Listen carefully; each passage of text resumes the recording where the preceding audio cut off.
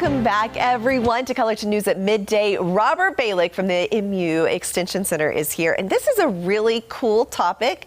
And the fact that you were granted $25 million.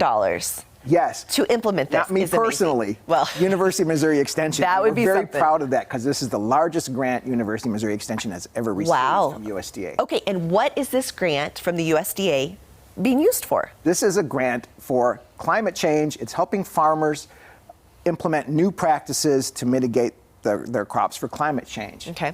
So new practices, because clearly it has been so dry here lately.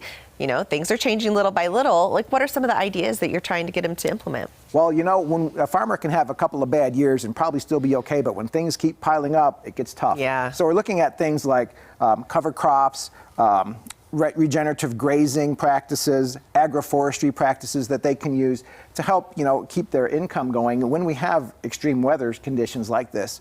But the major part of this that relates to the climate change is that these practices help sequester carbon into the soil. Okay, so there's three main parts with the amount of money you're being given. This is going to farmers, right? And you're doing three things. You're teaching, implementing. What were the three? It's education, demonstration, and implementation of these practices. Okay, so there's three main things, and the money's going to the farmers to do this. And you mentioned cover crops. Well, yes. What's that? Well, we are incentivizing farmers to adopt these practices like cover crops, and that's crops that they would plant in the off season, you know, like maybe buckwheat or rye to cover the bare soil, to keep it from blowing away when the conditions are dry, you know, and add that organic matter back into the soil to sequester that carbon back in there. Yeah. You know, and then Makes they can also sense. use it for grazing. Okay, that's a good idea.